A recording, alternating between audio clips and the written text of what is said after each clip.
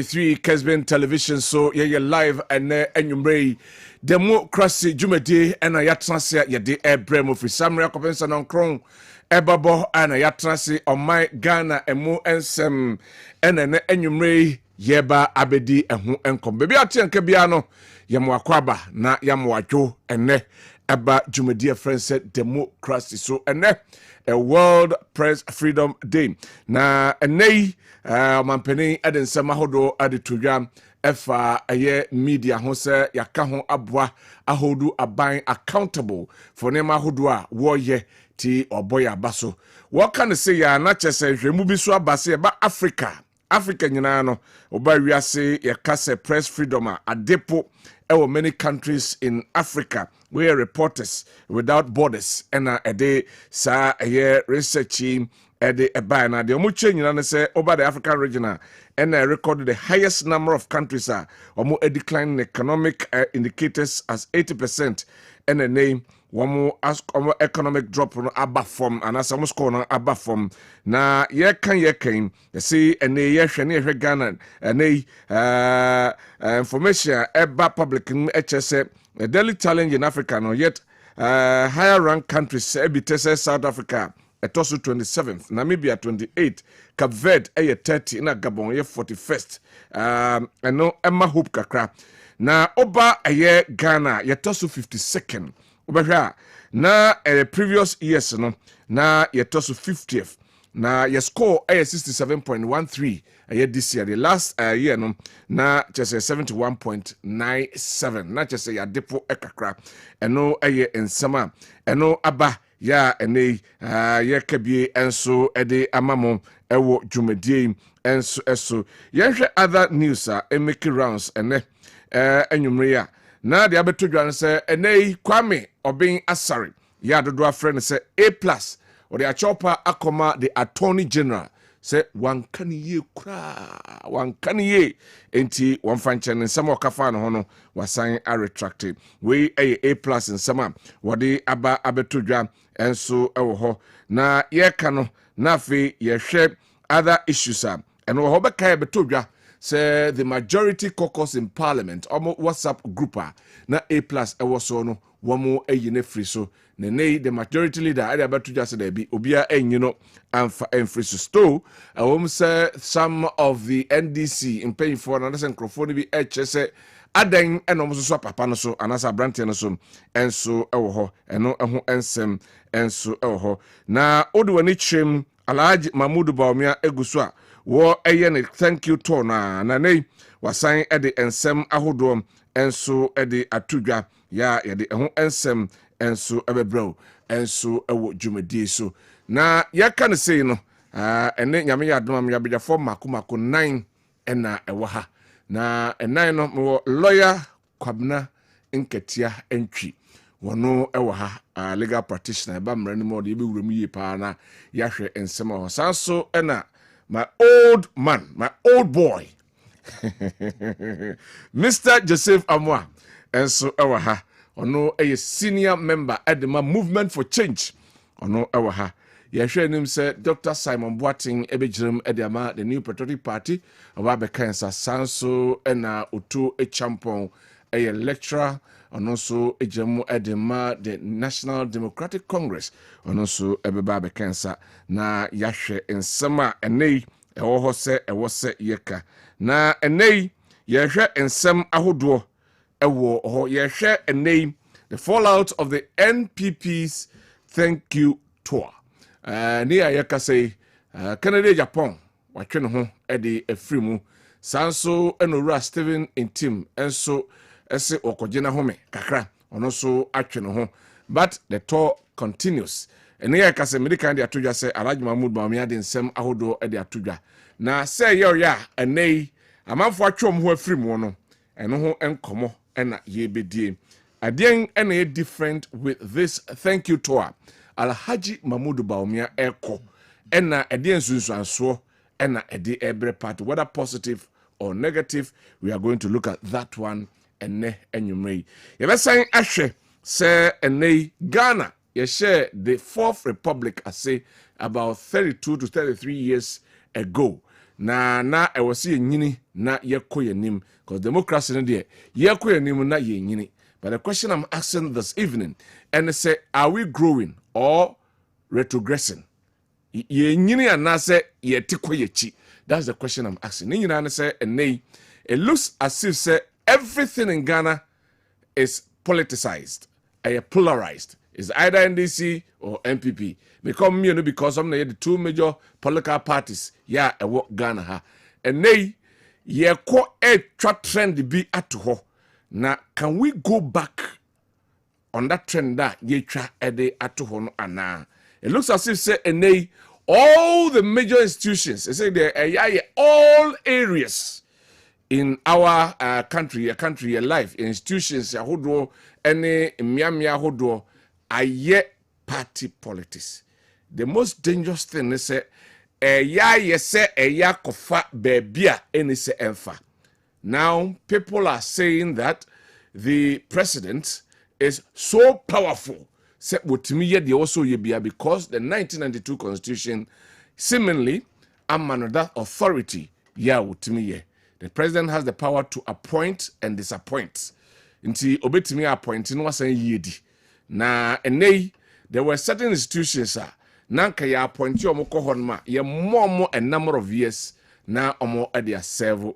They say aban sisa ya na cheso ahase na o handing over notes na wa handi over na odiama eye di aban ne beyuno na odiaba. Ene ya ye ka say Comfort Teaching Hospital penny pa no dano na manfo nyine so we die nka papa adwuma bebo ye die nka yenhwe no na nka womo emma no entoaso enra ene betodwa se papa no yakache ne se eye wayade papa ye ne so na dwuma no na so yentimi ma ne entoaso aka ne mfi be mienu na wo se nko wie dwumadi a odi a CEO of Comfort and a Chief Justice ye se politics ye wura ho anase nwura ho ebehwe ho nsem na yaka ho ensem. Article 146 of the Constitution, was it triggered appropriately anase yantrigana appropriately? Ghana Bar Association call conference omo ede ho ensem ede abasa mampanin eni ho kwan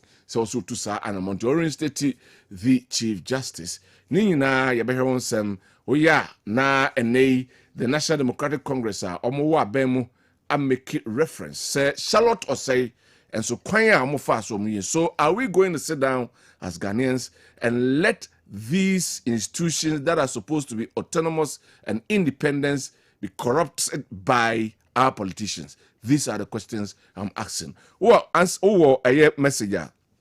Bet me Ediafa 0551 599 933 0551 599 933. Yen sabeka na yakenkan sedi di adwuma ewo kasafoni ni kasafidie eso pepepepepepe. Ma yenko na afei yenko hwe nsem a enra omanpenin ede tudwa romra na oswe in the penipa okoda Ghana yen statistics ane yen kroneba enho ensensem ano ode ensem atudwa yenko nenko tie mampeni ensem a wokan ne bi na yemra.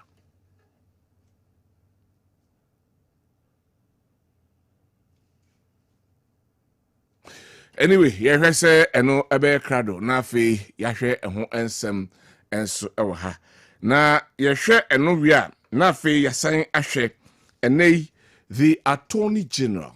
It looks as if say what a new dimension to the role and then the activities of the Attorney General. Abba to just say Wagana ene obi enya asema oba bonten no abekye say yes asem ye court evidence ya gadani enti the court. A lot of people are omo anim emra abba criticize it, but is the Attorney General doing what is right in law? Or say ono the obeye no. We are going to delve deeper into these ones as well. Na yedi enho enkomo. And a government at terminate all school feeding program meka eye cateresa womo ennuane ede emma womo enso eco school eye school feeding program wa terminate na with immediate effect. Nyame adoma Tuesday schools ebie nanso wɔn atem de no ɛna ketres na sɛ ɔmo ne aban adwene a enye yi because aban wɔmra ɔmampanin wɔyɛ ne campaign ɔbɔ ne ntoa ɔhyɛ ɔmo bɔ sɛ wontwamu da na ba ne sen ɛna needie wɔn akotwam ɛnɛ aka na bɛyɛ ɛnan na yɛbie school wɔn akɔdi dwa yɛ ɔmo ɛba abɛnua nnuane ɛde ama school foyi te sɛ dwa no mo akɔdi ɛnyɛ ɔmo ka na but paper na ɛba na kyerɛ sɛ wɔn ɛka aban ɛde ɔmo nyinaa no ɔbɛhwɛ sɛ obetua na ɔmo eteki ɛyɛ new dimension ɔmo hwɛ kwan ɔmo betumi restructure the Ghana food school feeding program no ɔmo a structure ne yie wei ɛne nsɛm ahodoɔ ɛna enyimire yɛ ba bɛtena se na afei yɛdi nkɔm mpakyɛw sɛ ɔmampanin ɛdeɛ no ayɛ krado a na mama yɛahwɛ nsɛm a ɔmampanin ɛde to dwa na ɔka kyerɛ ɔpanin a ɔno wayi no Dr. Idris sɛ ɔmmra na monsuro na ɔmfa the correct data ɛmfa ɛmmra na afei yɛmfa ɛnyɛ adwuma ɛmmoa ɛma Ghana ɛnkɔ n'anim ɔnyɛ ready ɛnkɔhwɛ the Attorney General ɛnɛ charges a ɛnɛ wa prefer a ɔde etia owura friend sɛ Kwabena Edu Buahene kane na ɔno ɛna da Ghana Signals Bureau ano ɔno ɛna ɛnɛ yɛnkɔtie ɛyɛ Dr. Dominic Akuritinge Ayini Emrasia. The second reason why I disagree with those of my fellow countrymen and women who think that the matters are dealt with at these press conferences should be left to the courts is that the constitutions require that we act, at least in public office, with probity and accountability. I see these press briefings, including the one I'm having today, as a way of breathing life into those cardinal values of our Constitution. Lastly, I think that there is absolutely nothing wrong with a prosecutor exhibiting confidence in his case. With particular reference to the case and the review, the diligent investigations by the Economic and Organized Crimes Office led by Mr. Raymond Archer gives me a high level of hope and confidence that all things being equal, I will obtain convictions on most, if not all, of the charges that I have preferred today. Besides the documentary evidence involving bank statements, deposit slips, check numbers, and so on and so forth, we have persons with deep knowledge of the matter who have agreed to testify at the trial. Persons with very deep knowledge, primarily persons who were close to the action, have agreed after having been, interrogated, about what they know, they have agreed to testify in this matter. The second reason why I disagree with those of my fellow countrymen and women who think that the matters are dealt with at these press conferences should be left to the courts is that the constitutions require that we act, at least in public office, with probity and accountability. We the Attorney General and Minister of Justice, Dr. Dominic Akuritinga Ayini, and Otese Wade and Sem Etujam. If a kwan ofaswa wudi eni juma ya ene yebedi ho enkomono eno ho ensem enso ewo ha na yenko asem krona odi betudwa enra ena lawyers for Kwabena Owusu Dankwa afedie papa no nema na wo ye no enti nadafo pan ba se kura de onne kura ni nkomo do bi kura akọ kase ebia ofa kwan bi so na sebi wakɔpɛ ɛyɛ mmoa bi ɛde afiri no nti free sɛ no ekɔyi kɔpɛ so mmedi asɛm no wie no wo hyia na wobɛtwam ɔne no ani asɛm ɛno enso ɛwɔ hanoma yɛbedi ɛho enkomo ma nkɔna ma abegyafo akɔ aba na afei yɛmfa yɛnkomo no enhyehyɛ so Mr. Joseph Amoa Emwajo na mpomboko radio adum oguzu hwe pa de nyame ase de nyame ase pa lawyer Kwabena nketia Good morning. Hey. Bediano. Good evening. Good evening. I'm okay. Already had them. Me too can ache. I'm all. And the money be piano copy before. No. Right. My chassis na yɛn fɛn kɔmɔ twitwa no chassis. Yɛn chassis and free a year the thank you tour of the new patriotic party. Mzamwa. My chassis fɛn free ho. Thank you all. Thank you tour na wo. Thank you all. Samom na ho no. And I say thank you all. Yo, Matilde mami too.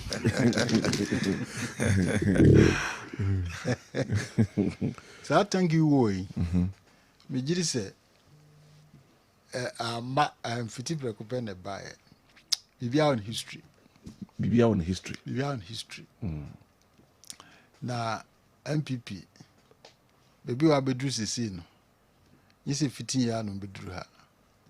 Ifre chi na enima bia na ese MPP na kana sipa na UP tradition me bo. Na UP tradition say no musi yo mo ne man. And MPP for na deviate from it. And one person yo mo de. Enti the spirit in the party no a film. One people no a film. And untini sa how ni nema we are e koso ni nyina. What do I say? Because MPP pa, UP pa, ni UP pa no. It starts with a core values no ba intellectualism. So we see the UP tradition values intellectual rigor and debate, which is reflected in its history of producing notable thinkers and leaders. Number 2, seniority. The tradition emphasizes the importance of seniority, where leadership positions are often determined by loyalty and long-term service to the party. And then democratic ethics.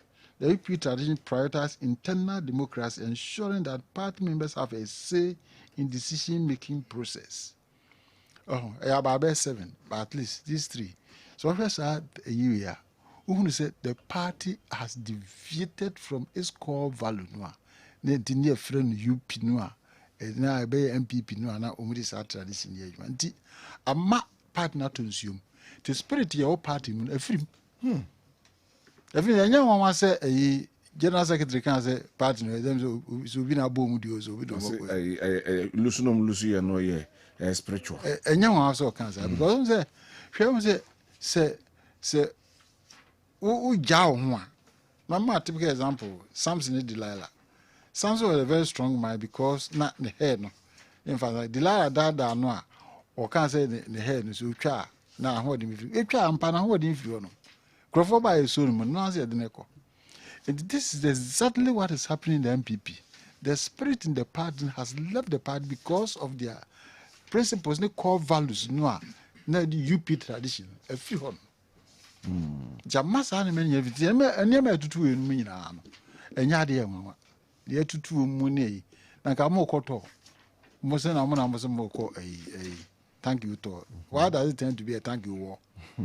It's not a war. Okay. Because to the point is that you are to the point is say enipa me 2 leaders baako edidi baako ata no edidi we atem ebo mu de see bo mu wie na nso ha o we san betra radio so we didi Kennedy Japan tema kan semwa eya pa fa Kennedy Japan I said leaders in there baako nkasa he Kennedy Japan say hu so wa Kennedy Japan so be tete wo mu papa onso abozo wo bembo so the showdown will be more so it tells you say there's a breakdown of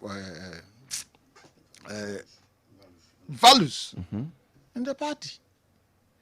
Thank you. There was no need for them to have gone to this thank you because in the first place a friend say Michael Okwe report about more exhaust to kura nwie mo discuss kura nwie and I'm offering ho say e thank you to mo discuss kura o afa na de na ba mo be hwa adutu na na mahunu kwam be fa so obi ma no so me ko thank you to wono ma so ko thank you da empanfo nyina so de akire say egugya no.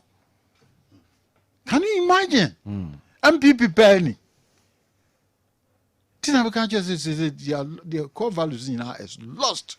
And Tino Chemo, Umo ahoɔden na sa. Me na was ya na de yidio. Na de ni yidi was ejadem. Eno ni yidi no. Me na abro o. Okay. Na de yidio ya. Na de ni yidi was ejadem. And is it baby a partner ba bidru. So because as we must soon a sisi woman tifi say panyini bia no a obetimi afre abronye any kan Japan trans mombra na me ne montrance we Say Council of Elders wo neck wo ho omuni ho some ho they are all in American says when values are lost in fact when you are aging when you when values are lost they are lost forever they say because you are reform because you are no I bought for more nya bought for more above for won't mean anya bibiem. And the party, as he says, is declining, and it continues to decline. When they started losing their values, they started losing their numbers. From 169 MPs to 137, now to 88. Next time, we'll go 28. Samu. Next year, we'll go 28. We'll go 28. What is out there? Me no na betina hana me ka kire o se statisticians they can no menya so me ka kire numbers na reduce. No so me dey me statistician. Na some numbers na reduce so 100 gram munya. You try ha kan. Last time ka kire me say numbers tia na etiko for mo. Need kure book ya kese kire me dura. You hear say go see. See, they have lost their core values. Now, when we lose our core values, the spirit has left the party. It is almost so BBM entity. Almost so BBM. They say, who is going to be their savior? There's none. See, per your statement, are you trying to say the new patriotic party as the new patriotic party, no? Will dwindle and dwindle because say almost spirit no conformity. But dwindle possibly be ana could you talk intimate revival be me when party bit my revival because what the what started so me bibia straight who dey be na for unforeseen e be gree na atiegu. The core values are lost, and values we don't play values. Values, you are no more seen as a human being. You're seen as somebody working there. But with values, you are. Sana party na ye. Sana party, unfortunately, sana party na ye. And what they share? Mentias say, anka this material moment. Ya to aba, mo lose see. Mo betum bo asia trans na maya analysis na ma hunu kwa be fa so be si ni be hwede akosi start here and then the ndanka ukura no se nka party ni power no. Who is the leader? Is the chairman of the party.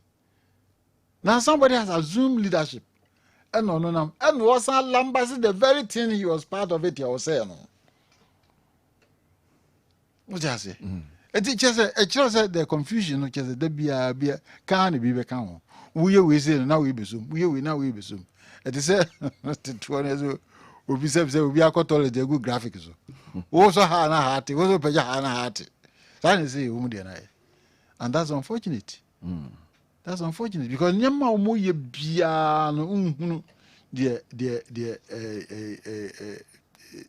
dimu. Because we someone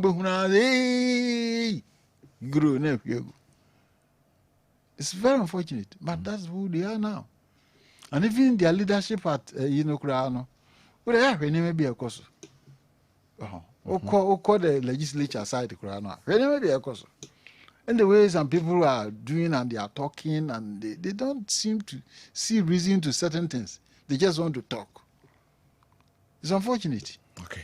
That is why because we thank you war no there because akwa mu won sika nyame ko aka wo mu sika ka sika na ka kan kidney nka you become so etientin na nipa bana bi sututu na ye will be sika is that kind intellectualism and proper debate thinkers no. Second assembly. Is that what UP was built on? But that's it, Mr. Amwa. Lawyer, my mema aye menu to champon. Frank. Menu good. Good evening. Good evening, Menu. Na boko de. Ja boy dey do na no Bible nti ate ase. You can say Dr. Simon Boatin so be cancer. But lawyer, mami too. Thank you to all. And you may pay free mobile. Is it achieving what it's supposed to? And I say the division and the cracks in the DP no. Mami too, lawyer. Okay, the medals, me chat for you na thank you Tony there. Unse yemo ye akristo for yi. O kan Bible no say Jesus sankophobia are. Ana ba akopɛ ne koda na so bisa se na omo maka no mo he. Na kyese nipa bia pɛ aseda. Aseda de obi no aye na de na se wan koda na se a. Ana oye wa de na oye papa na koda na se be ne de. But NPP so comes back with that because the two about NPP 0%. I didn't nipa back me to my party, even though the party lost. But until we back with that, almost started come. But Obi anim de kukusi nanka mfitasi ni msenka United Front.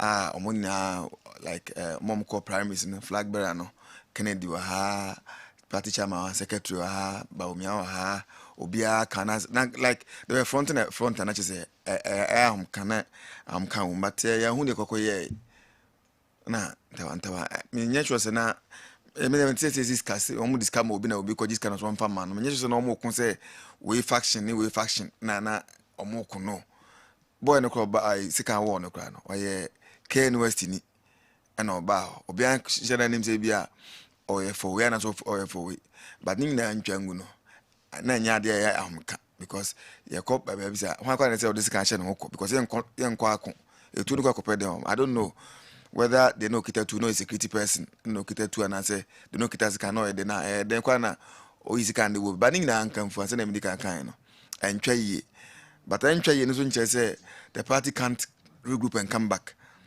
because party no structure so the party no opposition national chairman Mr. Steven Tim na paying that party now. I believe said the cost so no kwazo akogina home. Me so mu na they've all taking a cue from what is happening. Mpanyefo so no ma hwegu a na hu no hyehye. Nti eno ma na hwegu no, si eno ma no be hu say hwegu. Yen hyehye ni yiye se na ba ya so a yen so ebim na akodu fie. Because we see NDC they become a very formidable party because almost ye say ya ompodo mo ka say ai kraman ye former President Rawlings or say party no mu na akojoin bi no. Omo ye de chin but ni nyina mu no omutimi ka omutimi ka mo nsem yi a ene NPP be kra be ha. You don't agree to the facts and the tenets, the spirit, the soul of the party from the UP winner, according to Mr. Amwa, or just say a wukra just say those pillars now omjina party. You don't agree with that, so the party will bounce back. Would you then ada yes so munyane no na mbe nyane no so because say na make an party no paying for your council of elders or your like maybe you settle grievances na that nyina and I believe say paying for ehun de ekoso nyina because any secret paying for ehun nyina this is a time to heal na in fighting we can especially muslim to magu fiu abonte and that is the major problem because obi anywhere ne hu ni asem but how did the baba bonta be kano o de no obi abe hu obi aso aka enti party ni nya botre na enhye sa no man nyina be no man de hwegu nyame ade be no man hwegu nyensuo ti hye sa ebe yi ti hye no man no na nye bibia kama because 2028 na yakan eni akire enti mo nya botre na yemfa ye say the 2 years na thank you to no yenko skill ni say bia ye de me hu ni say omo yes omo de favor because omo de favor bia kenya danka other ones ni be de akire but so man along the line I'm finding difficulty in understanding say omo sha say bibisa akoko buy because he na ye say ba ko thank you to ba ko dance ye then after the ko dance no bibisi etimi ko buy after the bi ma ko transi bi ma ko esi bi ma ko esi ti infighting ni ba na say e ba sa na Emma cracks no party no it depend because this is the time the party must heal sabe na embrace party no ya man aduro man ne hoto no But the minister said, "Do the man and a man who want to timber for no cotton." No more money drew there. I said, "Need to thank you to any account." And pay for the Cosia, no. She said, "Unit, some pay for Shia." She saying, "Omatum was unity about party." Then Obian and supporters will follow. Do we have that unity in the party? Oh, no, almost share there. But unity no. Unity one man can bring you to baby and to try yampia. No, and mark in Japan and me, you know. Say, I sent to me back. Kill the freak, secure baby, I'm in secure the power, bamit, maybe I'm in and me different from say, kill the Abama ba. I say more, but at least that gives a united front. What I say, and it's hard the Oka say, Omoko can say, Obiko can say, nay, I try because your year for us will be secure the Abadia, memema. And it's different, but you're Kushia. So we have to party be no assembly, but we'll be at in the Atunachi. I'm on Papa Kushia. Then it should have kickstarted everything. Nothing can twice to free. So what I say, and I could see the Coco see. Tim said the abundance, you bet Masaka because I seem to be a piano. Yeah, they are no neck. But I say, Frank, where doesn't come from, but to win a stronger position, so Buama must be German. Yeah, you see, where my main faculty, Mamma, I hear Dr. Kwaba. Dr. Simon Bottom, who need the affair. And Boko de Boko, but you're now saying, I'm doing who you're the young couples. Frank, what me too? But I say, so now, sir, my main faculty is a crana, I mean, and chair and penny phobia, so the only party name. His Excellency, the current president, or John Dramani Mahama, a crab baby, I'll be in remember was so hard in about it. Now, Mentia, a friend is a right chairman, big party chairman or Western Lot region, North Council of States member, which I know so. I'm not good, so Kofi Washington region, former deputy chief of staff, across baby and will be a mature council. Penifo can be says Senka, ye party by idea, and ka cotto dear. A fan hobby. But in this circumstance, and dear fire because governance, you know, and your one way traffic, and a gun and your one party state for that matter. Until you hear a formidable opposition, under my very constructive criticisms. Now, I shape we now my still focused, said the way Mamuno, a better than a quamotorting. Now, Osha, the SEO. MPP Emmanuel Konuma, I think it's quite disastrous and very unfortunate. I didn't tell make us. I say, Nkugu di any bus, I know now as a popo biduri, I can't be them. Now, Mcrofor home municipal because a choir at Namsuma, Ura, Canada, Japan, you free primary cinema. I said, Udin Kugu primary cinema, based in a one ten once. And Tina, some way, somehow, no, or municipal cacra. If I penny for our party, especially the national executives, no. A quite almost fast so a chinchim inside the ma Baumia, the former vice president, you know, Sabi, one ten of Wasima, or Mubu Dry, na yebe, unveiling of crown. A Kakuma being Capapana and Siasia. He took, I think, said the intervention of some people be and Sana Papani to me, I could imagine, and I say, and knowing in any idea, not almost CC, intino. Na preocupe ura ba omnyaso ko thank you to me to we nanka was say apology to because 2020 party ni na namso mo party na mo launch ye na namso mo nyina thank you to na me say nanka was say apology to because obi da bia me nua ke o de me ba o me ko school a o ma me bia 20 Ghana cedis me fanko na for the first time o ma me 15 Ghana cedis a say was at least let me to me hwe hu ni de ntia o ma me 15 Ghana cedis no ida say bia wadwuma ho adan aka oni sika and I say my yo boni bi o so ma me manko and I see what me chop money ni so nti no me chire mu say 2020 elections results by you know it was far better MPP for the inkonim but 2024 no it was worse off and for that matter na e was on hotena se no e ko electoral ti ho no ko po mo che wo se modaroma de si ye bia no nti no ye ho ba atan na no nti mo anto aba no bi mo tina fi o man koto aba no e pa mo cho de ayi bia mo fa e bo no nche da bi o si thank you o mo ko ano ma ko pacho we si thank you na thank you no che se me da ase de o ye ma me mani so mi wa de o mo ye ma me mani so okay enya ni so ade no mo ye ma mo because we do be opposition na enya ni so ade come on sister de no mo ye no apology talk okay what does ye ko akosere say de be ya 2028 about a day anymore obet me mobile no mas about my because so about mere speeches nibi or thank you to us I see e-levy was one of the policies by a video me pay because now masses na ankasa na seti memfo no ebonyo so but omo for so ya de shirt memfo no kon and the memfo no ye dinoms you ebeduru ho 7 December ye be kira mo ye bobre and ampampa ye kira wo mo then again the National Cathedral no so no about me kan say eno so ameboa a friend say omo about 20 because say utum disika hoping 58 million good American dollars ediko ye ekobo amana edi nso tarim edi ayon rose ba kuma kubisisi hodie na sabi omo ka kire timamufo no ana for that matter omo moto aba ne sabi o manese sumina so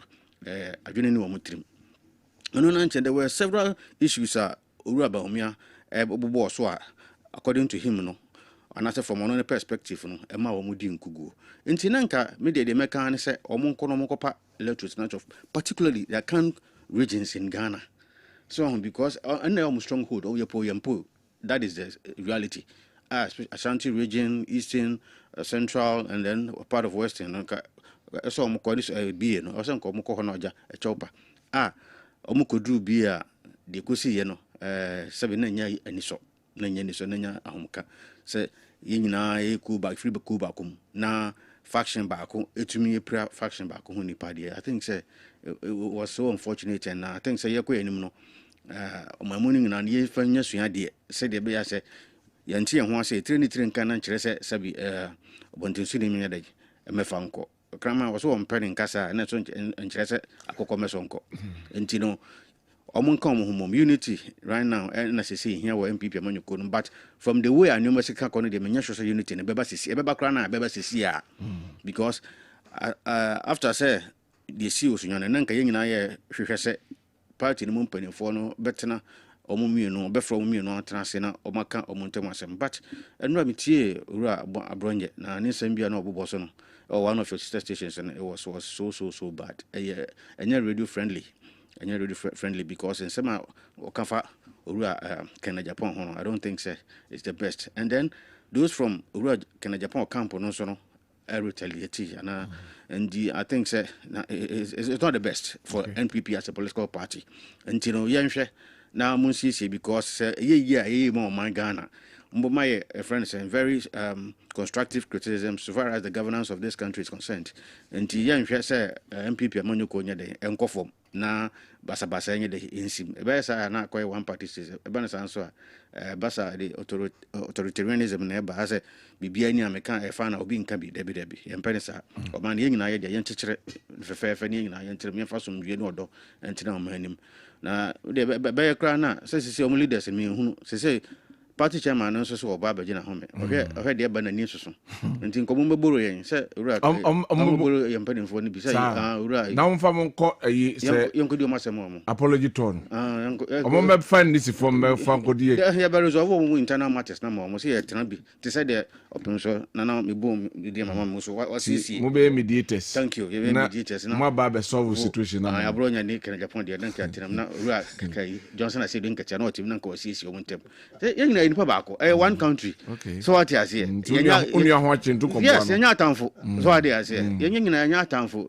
obi didi o mane yanku bidi we so didi on so mane nua bidi nti say basa yes we mu na say wo nimdia na obetumi dia resolve the issue na why not why not omumra no mesre na ura just na the chairman general on kotena se na on fa nsem nye de ngu form na on sisi o mutem da se me nua kewodi barako doko na mintie no thank you to apology to thank you war say dia be piem wa hanne no thank you war apology to thank you to yenhwen nsem apie free maba.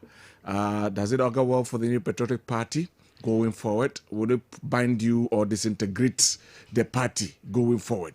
Say you're in the corner, 2028, will you come back into power as you are envisaging? Many are killed with the medasi. Did can make sure Yashafo near Tifo na Namacha, many and mammy near Moshia, Yidijuma. Machia Santiman, the teacher at one of your south. Mache omunyina mesre minua otu champon ene ofa mo sabi anoma de bridge bo emfa ho Sir. na sabio blue light jeshi bi yesen form ho ye ya na be form ho me say anoma de ayo bridge bua inform ho dabi yo dia so na mwiem yo nti ka bridge bua emfa ho oba be no muzo de onu muzo audio onyina no mongo gina bridge na on a more serious note MPP nyemfunso bia me ba na meti lawyer can be in 41%. 41% no quantify. No, in numerical a huge way. Oh, bear 4 million. And now to about amount. Oko about one month so party executives at Tawachi. So, coupled with the fact of the party's history, Brebia Yebeko election say you lose so say we knew party no can ni for no koda or mind for nasi. And this ebre we ya ye bia ananke anya bia nanka no mo a deviation from the norm but at least say a bet for traditions tradition to esunti no ekoba say party no can for no e pese obeye de party ni hye city now unim a trite knowledge. You don't need any statistics, you don't need any confund idea to know who is likely to win in our next contest. Who I mean, yes, people can get closer. Amount for bit menya vote be appreciable. But they'll be winning next election. May as party officer. Onim. I mean, they are likely so be winning. You know. But you know. Yes. For 3 years or 2 years to time na mo beto aba no. This time around, crowd you beto in term. But 1 year kura say still a enti panina oko na asia sorry na hu be hia say odi nipa obefre obia or contesting no last time is a bidimechi as a gesture of unity. But the previous ones no makoko no we didn't see them inviting, although they contested omedi omachi kufo ko bie ye we say was sa wo nyina some from omedi omachi na dankwa kufo ado na akra ko bie ni ye hu ni sa. So what I didn't understand this time around dynamics. Different dynamics. You didn't even compare those previous years no and found to this year's election. Considering Kwaya a fast Lucy, almost 36% that day. Considering Yebetwa Banonyoma PCD elections, no, yenya internally, you know. And Tina and Hubin say wisdom should tell anybody say, Yenye Bibisa.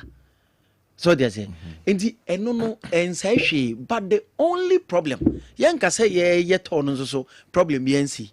The only problem, all by a constituency, me who are DB, the structure and organization. Omo normally say national for neighbor omo ma yenya ye local na yenya hwe even ye communications directors form for nim no any ade enim omo ba national for na no mo abeje mic pastor dey say the also kasa in some was oka I think said the planners of we no I was omo hye wo je mic eni kwa say mfumtuo menim de enti I was a regional chairman yaba wa nine so ede na wo se oye e wo na wo be preach aka e de exonerate wo ho afri nsem bia e de to zo no wo de wo nine so na yaba enti wo de welcome address enti antemu ni nkomo na regional chairman bi edifa ade we no enye papa me because me feel say practically ebia those regional chairman no kra no ehia say omo ankasa kra be call rounds e wo mo region because omo regions no ye lucy woofly pastor dey say aye here adwuma sonko ye wo ho die papa ba umia any their party ni ye ni de efum so bia ni ho na sabi matwa ni ne bata ho no enne wo se mpanifo timi transe na omo streamline ye frɛ se be kasa ye kono ni kwan say impromptu ade ye omo transe planning ye omo planning ye omo ehu sesane mo we betimi si na omo hu ya what steps no mo take sen come be the address and now said they didn't see sesane mo we ebetimi si o share results ni there I don't think say they saw it ebi omo hu ya nko mutu hu anamo but o hwe bra niam bi sisi san ya ebi ampanifo bi se yate atena no em say ho nsensem ye nte ho nsem boni bia But what say? Because we are politics. NDC for many of 2 hours kasa. NDC for you nim come, but you know power attract. O pass CA just 5 months in power. Ma mumro opposition na monhwe de be NDC. So they say, say power or ha, automatic power easily attract. It will attract. To me no ene yen ha no. To me be anywhere very symbolic or symbol of unity. Obi a few so mama nka manu ntumi na bia na menya ade. They say obi a few say I was so voice say na out. It mean going forward no. We need the end to us anye because it's part of our tradition. Omo ka tradition wansam. It's part of it. Ade a ye free resantinti ye nsahwe. But organizers no need the handlers no. And structure adini. Now things so ye mebu no bi buy a party ni mu a psychologists for no be kind of self deception. Sabi omo ye nkra cut oh.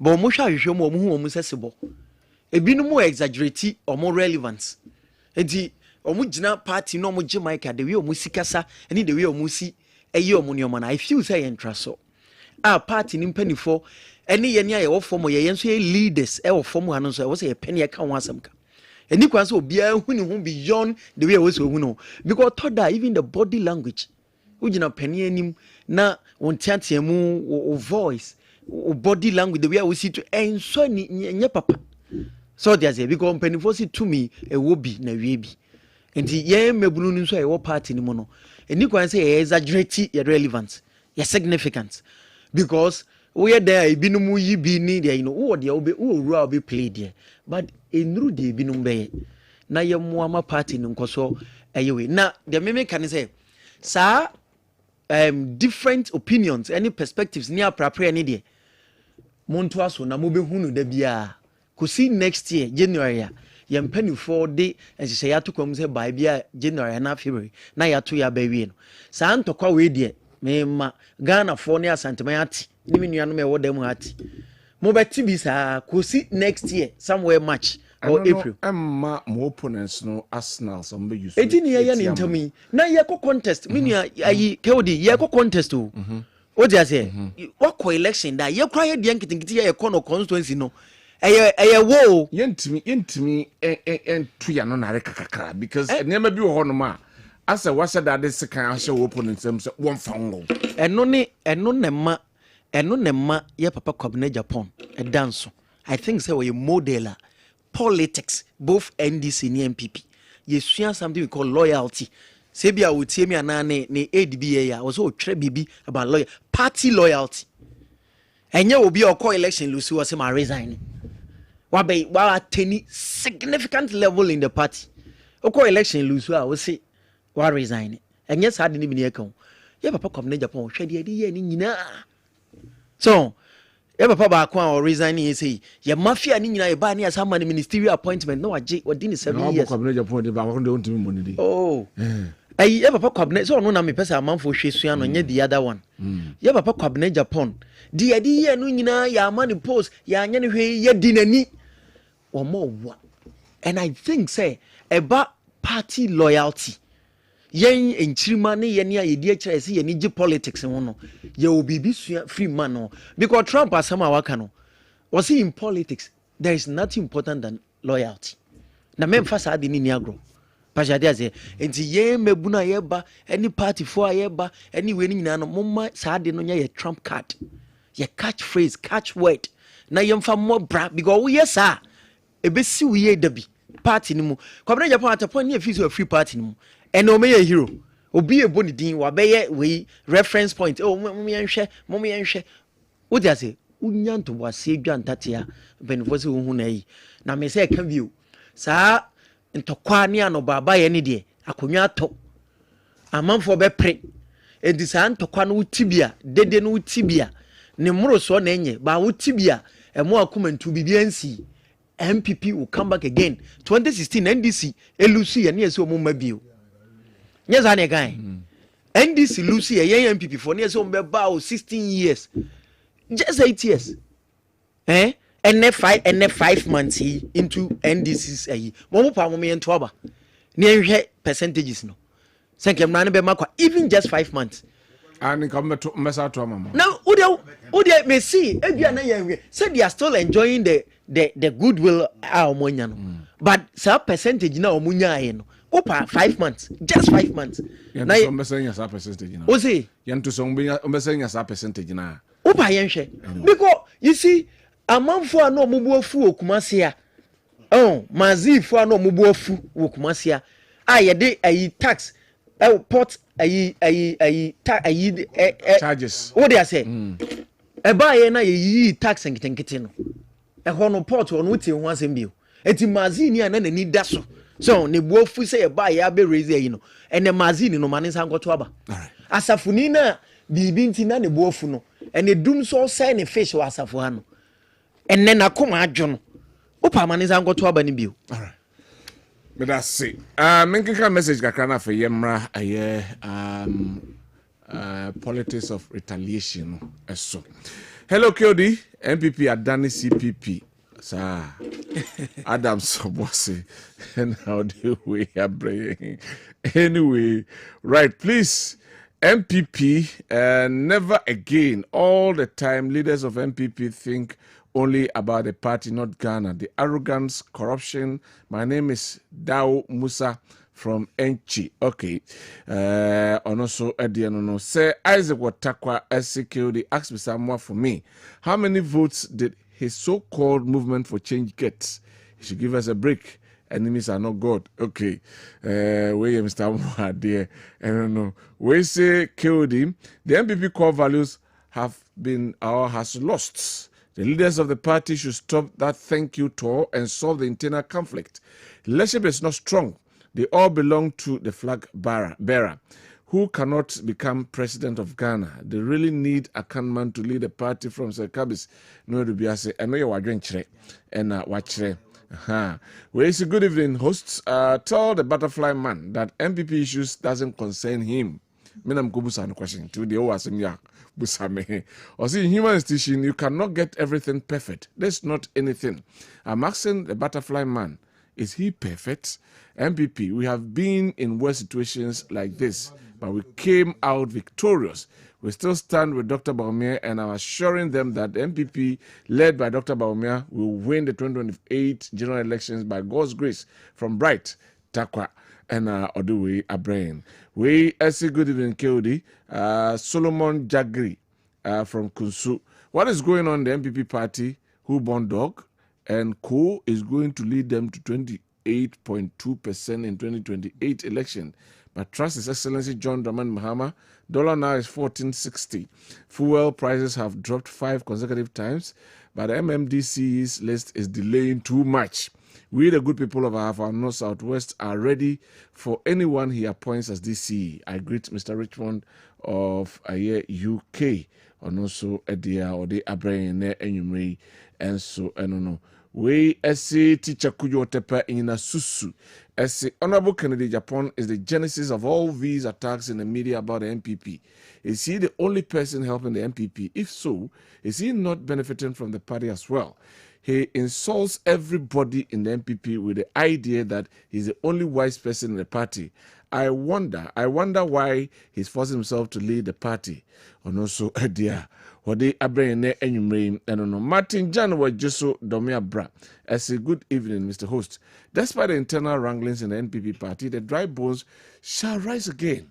Okay, and also in regards to Honorable Lawyer Kwabena Owusu MP for Ejisu constituency. Baroskiwa as a Sriwa as a MPP media patriot, and also as a I'll urge all MPP members across the country to be mindful with our choice of words and utterances once we are in opposition, because to me it will be na a webi. Okay, to me will be na a webi. Okay. All right. And also, Edia Ode Abraham, and no. We, as a good evening, Mr. Host. How is the MPP communicator sure that if we are going to conduct election today, those who couldn't vote last year will vote for them? Nti Doctor Omua Yeni Edia Brono. KOD say, MPP again, never again. Yakini, ewo asarin so. and or the way I bring. Good evening, KOD and your panelists. Though I'm not an MPP man, but their young communicator, doctor, has won my love. Nevertheless, the way GM has started, MPP is likely to remain in opposition for a long time. From Say Yes, Bokrum, and Oduwe Abrayan. Right, so let's move on. Now, share our next one. Misha said this time from lawyer Kwabena Owusu Dankwa. Now, share. Ghana, it looks as if say, every facet of Ghana has been politicized.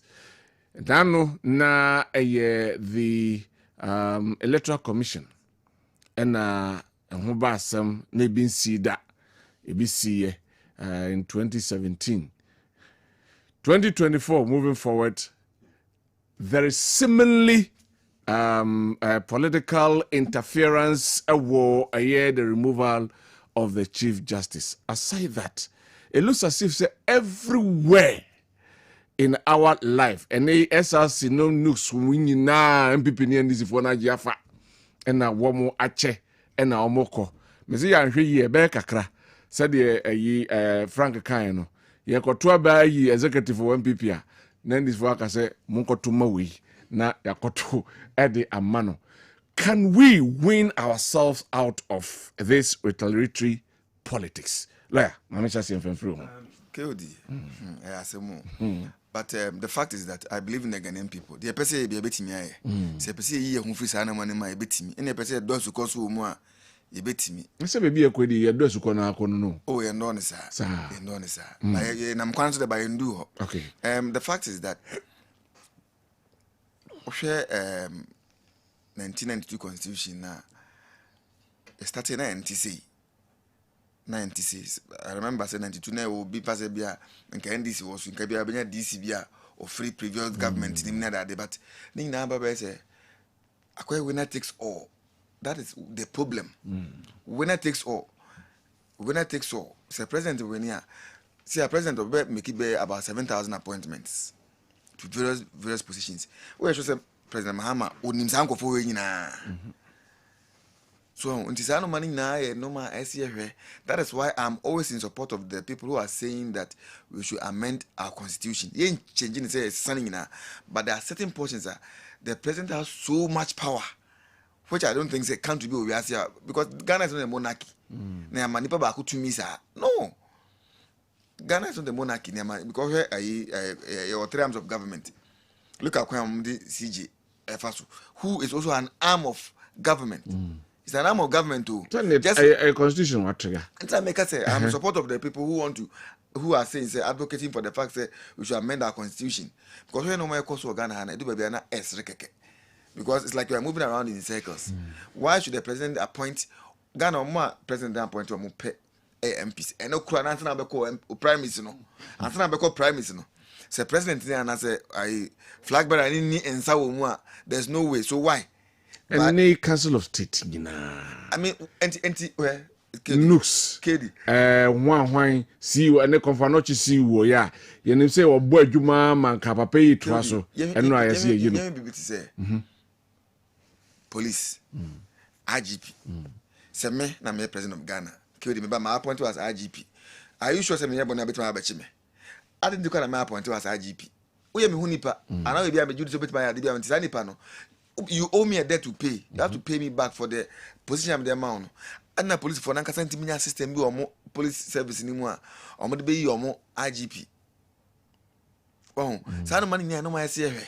Some money you have to because but the framers of the constitution, so say there are certain key positions if the president don't appoint a no one comfortable because they are talking about security issues. Sabotage beba so chief of defense staff will say yen no or corners on yen hunipa na koyeding. Oh, say if constitutionalism. That is the way government power is exercised. Say first system ni nipa na then nipa ne boni bia then obi abeti makati nipa because ona ade na ba nipa na ba boni okoka egu ani manse obeka ebias Ghana several I just can't mention several times nipa na boy boni a it mean you be near command post for I brought the kind of man. So I'm saying say security of tenure. Constitution board more say they should have security of tenure. Why should we allow the executive to have a free way? No, I'm not yet the open because we're executive in Tiana. Executive is just an arm of government, just like the legislature and judiciary. Oh, and I CG, ICPC yini. On one the only political color. Speaker of Parliament, onye NDC ni. Everybody knows it. Oh yeah, President onye NDC ni man but CG or party be ni. Yes, son NDC for no beka say or ye NDC for no beka NDC for no beka say. But the obiaji to say President Mahama or NDC ni. I know chinje bia ni ho. You understand? So if we don't do some of this is our homework. Ni Ghana say executives for no to have their way because Ghana executives have for Ghana to a ransom. Don't pay them don't mind here. Obiaba no ayi way. Then they appoint square pegs in round holes. Nipa ni to no say no ka confirmation dey or to ye adwuma no e boni bia ma ho but they say yenyi no. I didn't know because my buy somebody me nipa ba because a job for the boys. Say nipa bit my won't mean you and say man adwuma money. I don't think that is supposed to be the case. Me can say I Trump ban the first term no.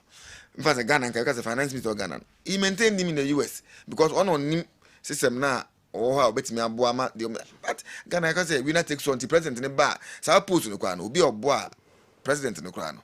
Wa target sa post and ba me pe. And another thing say the cost of winning elections in Ghana and also can papa okay baby to say look at the cost of winning elections in Ghana.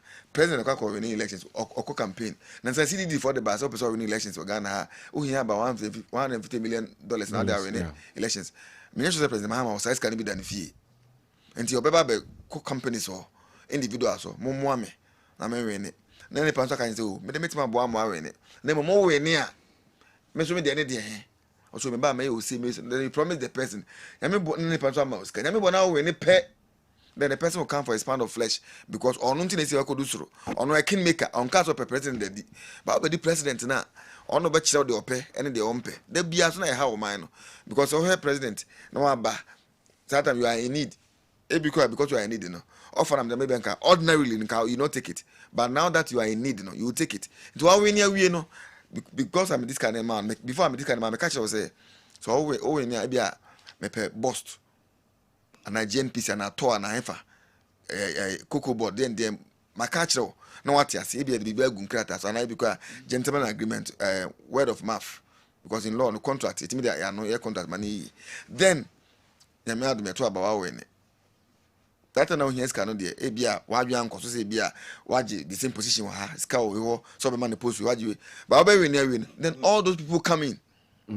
Is it time so say the political party funding and yen sanhwe ho no mu biwana?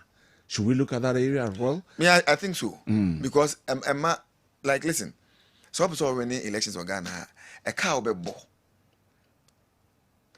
Politicians they are not for the Christmas. They are not for the Christmas. Oba into Oba better car. That is where the corruption and everything starts from. Because my boka, my teacher man for sika $100 million. Omo da meka. How do I pay them? President pay between $200 million in 4 years. It can't. And what do I do? Look at MPs. Delegates will be to your moka. To be say election day we have to bash people and all. Nina ka cost of winning elections. Into who we are. Why we near we no? Ghana as the case me say open to me a Tom am fa ko to me no. Montaka to me we are. Now all the to me akojo ma. Into one year post na we no. Then what next? After my betineka. Then it goes back to the ordinary Ghanaian no na akwa affect no na say indirectly no ordinary Ghanaian fund sa campaign no extravagant campaigns no and media misuse say you have to look at all those holistically near because quite fast so yeah elections Ghana no it is too expensive. All right, very expensive. But that's Frank Cody, I think that's a very laudable suggestion but they say be doing so the animal wedding. Say e be ko ye chiri akwa kan akwa de work no. Ye ntimi nko ho. Obede. Enya juma. Nti yen koso an yen say nkosa. Say we are a country with a common destiny. And the cultural dynamics na Ghana no. Say the net yen fi nwotwe do. Sa na tie say the yesi ko yanim no. Nti the work can there. I strongly side with him. Senka yen is because the cost of funding an election in Ghana during campaign time across sika a bus system no musika you eco wasted no se ka se quantify I think say nka kumase ne nkran kwan krebet mama ya do carriage road nti tumi no ye be pe na ye de anase development ye be develop o man no ene hian. I think say no one is to blame because see nyina na ya signatory to this constitution and as I subscribe to this constitution and no so na edisa nhihye ne sa nyoma we here den ebe dua yen nti senke betumi dia for me senke betumi dia nka beboa senka even me and me worry no cry the cost of funding campaigns so exorbitant extravagant campaigns your t-shirts I be print we share rallies I be organize nationwide fuel I better cars I be use at the end of the day who bears the cost. Enunti doesn't mean say if there's a competent person at a place na or ye juma the time on so ye because some about power until that person must go and that will be emra mission and name way in a year asumesi call when to you don't want the akwe the friend obey MPP na obey NDC free ho the oye hwehwema de mpanifo si on tafro ne sakwa na do yi wo no so no on fa ne nsam pepa ntomagum or the kind of caterma so said the bayan in some bed. So, and he said, me, do you want on finance and Pepantuma, or the Pepana Catermaso? So, that means more politicians. You have the country at heart. And I say you have your interest at heart. We have the development of this country at heart because in any case, your constitution said the law can't see if now, say if there's a mechanism there, you beat me, I said, during campaign time, no, you better beat down the cost. So now you extravagant campaigns because in the social media, the aroma, whatever message you decide to send across, you can use this social media. Say the bear one-on-one rallies, general who are Kasanya, that no, it adds to the cost. So think I say I have been to a tour. Parties are involved in an international. Now say during campaign time, the approach be a bit more you see a bit beat down the cost because whether you like it or not, Sikana idea campaigns in a bind you we need power beyond or bar also find ways and means no idea or political party be an organ or yajuma. Political party being or yajuma. You ever walk can you win power no? So yadi a human ma one more I know yes I know the any man who's born and yes I know me busa question. You can in the million by the member can say to a larger extent in I am share quite before during campaign time no you be beat down the cost because if you ask yourself say now MPP sika omodi campaign no e be don matu aka so billions of Ghana cedis e be den no matu aka no mo win power yi omo twen so mbeba thank you enti no befa kwan boni bia so said the be yom bit my head a secure power let's be very objective here enti no said the o there be hono kan yi mbefa kwan boni bia so na hono enye sa abre ne wo bi sikan second ya depa anyway second ya depa papa nti befa kwan boni bia so abayi to me no but unfortunately it will not happen because you kwedum say no Ghanaians and for that matter Africans are becoming so discerning nti wo ba so wo baji to me wo be preach say wo baji to me na say wo amfa kwan wo asema wo be ka che na ntoso mu na say na da ene sabi intro na wo de ba timamuni no be hunu say de wo de ba no nya de e be so me ya de to me na sha wonsa. Politics of equalization see you we di no offer me na ke wodi nyina school ye ko bi ye nyina no whatever skill MPP won this will be whatever knowledge MPP won this nso will be maybe will be change dabida ebi will be change nipa de bi echi dabida obi ade enye pe dabida say me no akọ school nyina we tech oh yeah sociology na who first class what makes you better than me first class and say what point we say be 72 you go see there 73 no crowd say I know smith my argue say because so far can be seen 73 no I don't so e bi anya wo modern bo so what you say nti mo aba ne nko ade say ni pakro bo no ho modern mo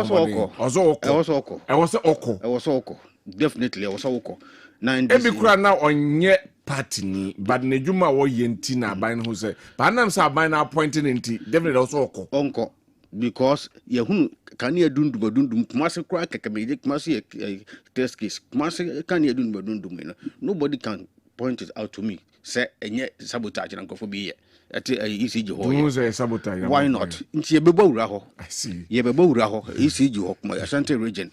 Why what ho bia wo di sa iboni ni bia na yebeba ho. Na se kan kan kasa mu yo. Kan ya ne. Kan buy ebe ye oy e ma kan ya ni gina e na nipa kura san aka no. Nti yebebo. Nti mu so obi na yesa. Obi na hye ho a wo di sa adwuma no yebebo wura. No evidence. Say ho enframa your evidence and tumum your koha ibehunu enti minua politics of equalization no say the make no you develop here to a larger extent whatever capacity be be more serve be and you can serve will it help eboa my eboa papa nantik sabi enka ye bayi nanka ministry of finance nanka returning Mr. Ken for the attack so obon homoden kwa dia adentra so obon homoden obi a ono an party members kra agitate so omo ye ni different me ka dia obon homoden how would you know say ni party obon homoden so I just ye kokoko he ni nkrata mu say ni hu so obon homoden na so omo no homoden nti obon homoden am returning ni bakro obako okay am afofra ba obako mandis but the politics of equalization we are one country with a common destiny. Cultural dynamics no see a pet. So I say, you know, the NDC here and the side NPP so by and at the NPP and the side NDC so by you cannot change it. The only in a baby, the answer you know almost about baby. And to make a crime my catch million NDC for say, baby I'd wash say do Juma Biano. Make sure you keep a clean sheet. And run Charlotte say. And eya koye chief justice so subo ben ye bono chief justice subo ben ye de bono o private travels away o be se president wa no bi so atworo president and no am so na me feature nti ye impeach no and now we trigger the law ni ahwe processes no ebubo na fine onko what that's a constitution na kan anya onipa bi na ote kwanchen ba bi no aka se ye nipa so masi edi constitution na kan se nipa no obi hu ne dwuma wo die no se friend suspect and asan from so wo ho a oncho petition come on penny or so no ya twira come no ono so the council of state members no the ama wo mo hwe mo establish prima facie case and for that matter I also suspend ma me no kwot na nchen so enti ya hwe ne nsemu and sija konyo ntumi na hokwa enti wo say yura boni face be bafu boni e betena so no odi na dwuma and ya hwe CJ Supreme Court judges na omusa enti nominate 7 so mo nkoka za mutie na mo se mo no mtegumu a se de man nominate 7 asa koka se kanene enkron anu a ye de bobosi ananya anu a na de tia se ahokyere ba wo so asabe so wadwene e na kakra ba wo nsem so so no wadwene mensem bab too much nokre enti ye ba enti ye ba ban ni mu no ya hunu se no Jumadi a sabi omudi ho na so wo mo so nti wo se de kakra ye de nipa nso be den e be ka ho na fe mpacho di janu anu wonya moderator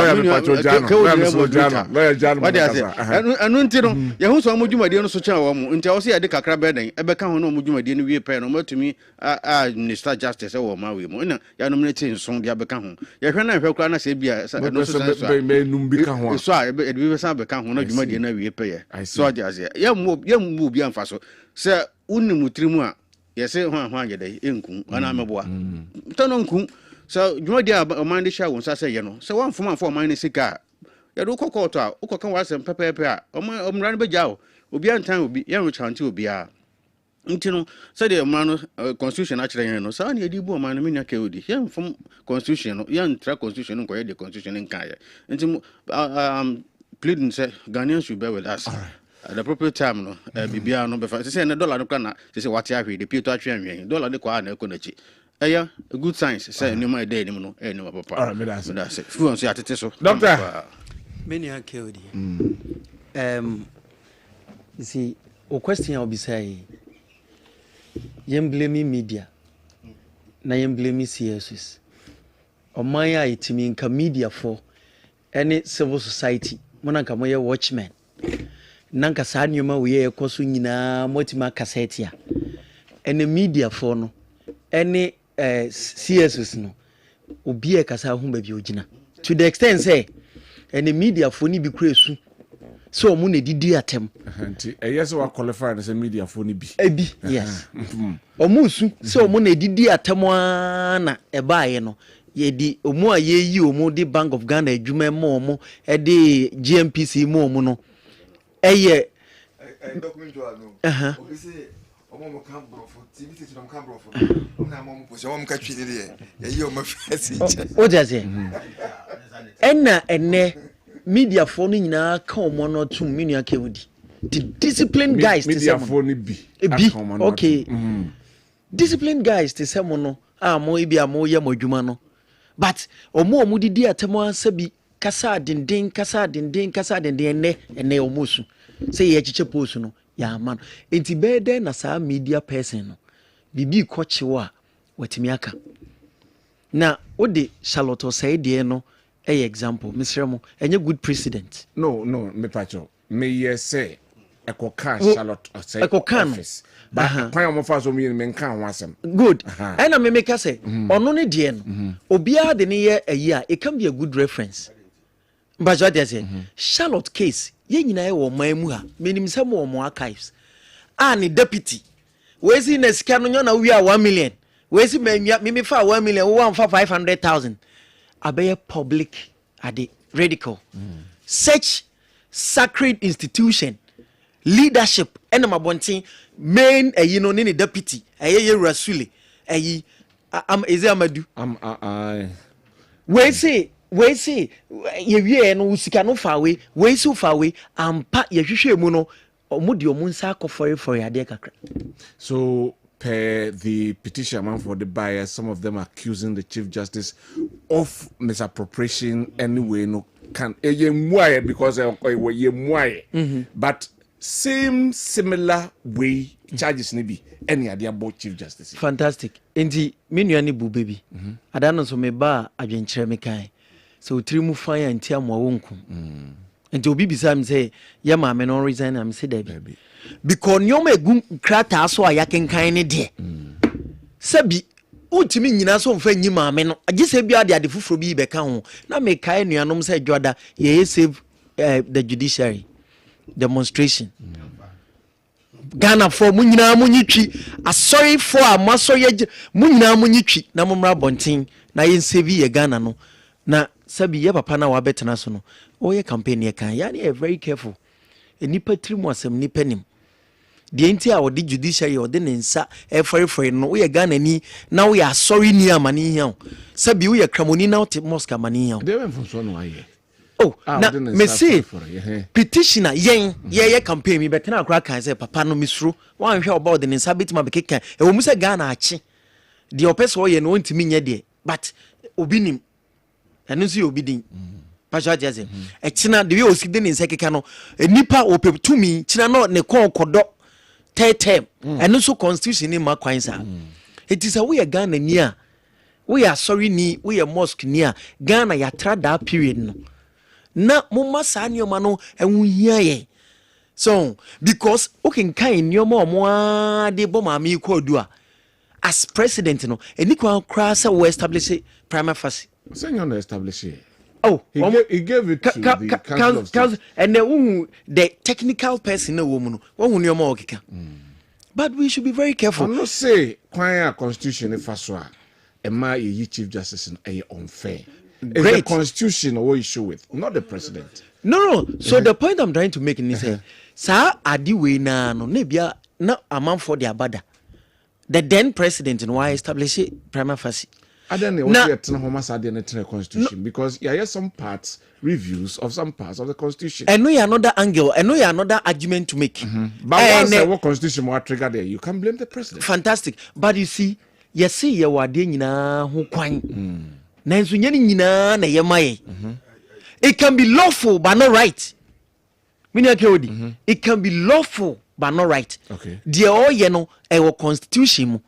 But so when you break me makase ya papa John mama o ade bi yam ne second term ya akwan egu yi wo de obeka samikan ontimi meye kwan kase bia ontimi meye edan ayi bia ne first semester ayi ne first term but obetimi aye bibia janidin any say ne fourth year ya on pre bibia bi no what the best strengthen institutions obejanidin o what obey strengthen institutions obey my institutions arms any other institution ahwaye din and ko beja ni din or the discipline bi bebo o man mu a na wa change the consciousness and the conscience Ghana for adwene mu ni ade wantima anye saa nioma we nyina nese ode ne nsa bekeka saa nioma no abra wontimi nya kwan nya de papa bia menua obe feli kese pa resetting Ghana agenda. Easy, that resetting Ghana agenda, and that was what we were talking about. Purely negative. Because we share nyoma bia, you see, practically, we be ope Ghana sembia. Na menu ane kansem. Say bia ni nyinaya kuskupe. You see, competence sometimes deviate from the paper certificate. So, obi oha, oni nyina bit menya first class, but implementation, odi adwuma she obi nsa. Inner qualities bi oha, ma obi timi performance ni obi. Confanoche a classical example ebi CEOs be braba bidi o de say enei yenim de confanoche aye enti president bia ope o man yiye no confanoche looking at enipa kura o tire kire no misuzi se sanke bia de anidie eto ba bia anidie da e wo sanke eni mpanifo bi kasa so na confanoche ye jayama hiu confanoche na konenim kakra minim Kessben dwuma amudidi bo hiu confanoche na de wodi ni bai wantima me di dwuma professor yi dia na je wo side yakwa akiri wo de oba ya say oba ba yewe polarization ni de meme kan say media CSOs mo se samo poster say anya mo a obi antimi nyo because da bia me ka me se ye ne ye nim say ye politics there. Politics comes with interest. And to be it comes with interest. And in politics, power first. Because you're ready to nim dia or the education sector ni nyina no. Only 2 means say no. Nyoma or this no. Now it's becoming as useless. Yes, a review committees are wodo. But just say it do cry 2 mean na would nya nim dia the opposite or there. And for politics and those of us in politics, it's about interest first, it's about power first. And sana bibi ye. It's momo media moye watchmen, CSO so moye watchmen. Se say gradually, as a omonso so utimi hu se CSO ni bi kasa ni posha, eni na utimi hu ni kala. Ba first no na ntisa. It's your best stress say montra baby amuti. Na munye modwuma ne se de moye no no. Mo betima abo akire ebi na wo de aba ye discussi. Anyesa yewu medasi.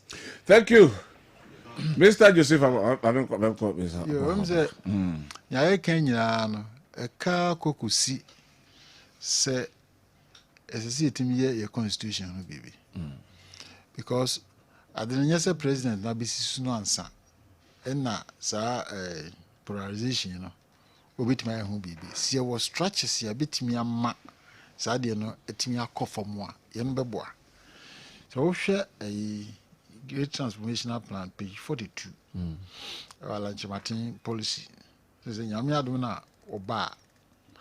I never acquainted when I dream so bad. Was it executives? Obey amended Article 70, 190, 195, 202, 207, 212, 232 related to the appointment of heads of independent constitutional bodies and other public sector entities and the head of security services to make the appointment of said officers by the president subject to the approval by the second chamber to be established in place of the Council of State. So the Council of State, any person also 31. Imube almost Omunina, Kamezo Munina, and 11 appointee, your president appointee. And I him say, be also me NDC executives, and no more. Oh no, when we NDC executives. What I'm trying to say is, sir, for no Council of State, no here is skewed towards the president in power. And he said, or no, the idea because or no, the president no. Was so in consultation, their consultation okay. But I want to man any contrary view because we're in the party. And the Alan policy no bag say, you better abolish the Council of State no. Now at the second chamber, I say you abolish the Council of State and establish a new second chamber of parliament with representation from key stakeholders groups including faith-based organizations, traditional authorities, professional bodies, artisanal associations, gender-based organizations, private sector, labor unions, academia, the diaspora, and the PWDs. It is a who is and pay every these areas. Not say, oh, no, form second chamber. No, we are very independent. omunye more of political here ihun sisi a ihun no so they could be seen as independent. And also the second chamber will be vested with powers of oversight over executive actions, participate in the approval process of appointments of independent constitutional bodies, and review budgets of ICBs and the arms of state for approval by Parliament. So this say I didn't bet my shall say it had to start from somewhere. And yes, sir, ye ni panawino. I feel na no better say me barbe ye me retaliatory in those things. But what my show here when was it obey ceding the power, executive powers in be to these independent constitutional bodies. Yet here be I can say the president has too much power. And why say your tip power needs to be the massa independent constitutional body second chamber no.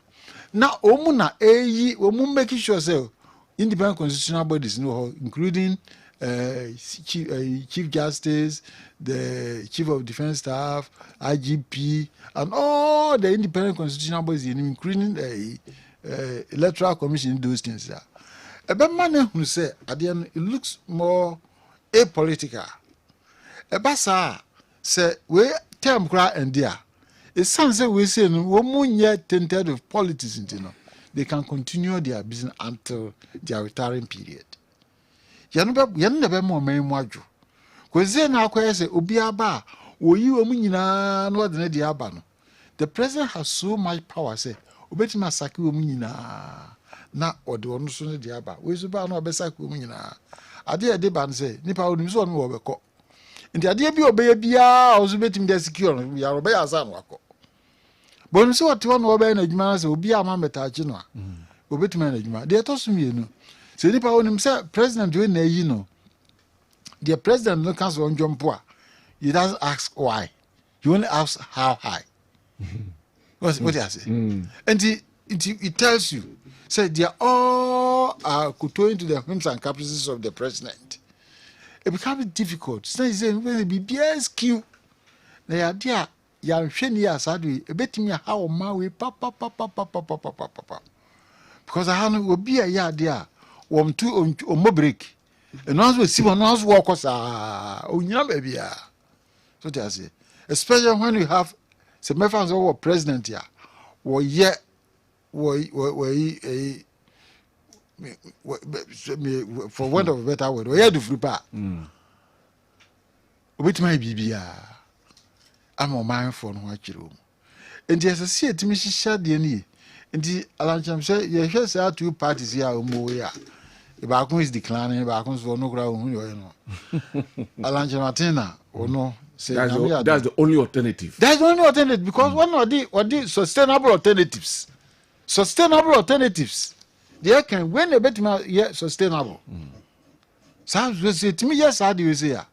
And now says the president knows is here. All year constitutional review. We bet me then we can applaud him. But once I answer all my didn't come there, then there's no other person who beat me away. He's a Malanche Matemba. And you are no banner of a side here. A bema side, yeah, to see our home. Even as he once a caterers in a room. A devil fraba. Yeah, Baho. What does he? Yeah, Baho. Baby, she said, Ubiba, he takes absolute control over everything. Now, just they say, "Oh my, you, my dear, you know some way." What can you imagine? And you be bad when you say, Papa, be 4 years better, baby. Me from fat. Men from fat. Men from Fanaman, because be I and it's a institution back. I say, Papa, baby, every week we are 40,000. 40,000 series, apart from the salary, allowance. 40,000 cities every week. Friday be at 2:00. Near the amount. What do I say? You don't want 4 times 4 is a 160,000. 160, yeah, 4,000, 40,000. 1.6 billion. 160,000 Ghana cedis. And son and the salary in allowances about. So they quite use what they quite weekend allowance. The original weekend 40,000. What does I say? Now say, wait me now. Say when you know, how can we build a nation? Ubiaba or no near suitunum. But senka your systems ya check his animal winning. And any pan president didn't war honor. But on mine didn't war honor. Sanima winning. It's unfortunate. Mr. Joseph Amwa, thank you very much. Masawood or Bantama, kind of last set of messages now for you. Remember, we had the last set. No, so the MPP must unite and support Dr. Bawumia to recapture power come 2028 because President Mahama is not focused on solving issues of national interest. The resetting Ghana agenda they promise has fallen flat. Okay, Masawood, no. Now, we say MPP will never forgive Kennedy Japan for indirectly betraying the MPP and promoting President John Mahama by apologizing to him just before the 2024 elections. We MPP delegates will punish him by all means. Yao Jemfi Ewu Kumasi and all the way Abraham. Boachansa say KOD. Mr. President has again dismissed school feeding caterers and going to bring the NDC people as promised in campaign. Power is not permanent. Okay. Boachansa Samai and all the way Abraham. We say Kennedy Japan should give us a break. He initiated all the internal wranglings. His attack and insult during campaign time, he thought he could win primaries by insulting and denigrating other candidates. Okay.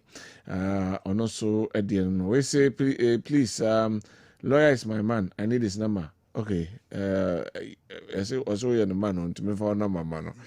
Anyway, we said Daniel, Ajamiri, Ewo, by Rebon, Kojo Mensa Krum, or sad news, pa, Kobi, Adebenesi. The Okan no minima de cro, but that is what he said.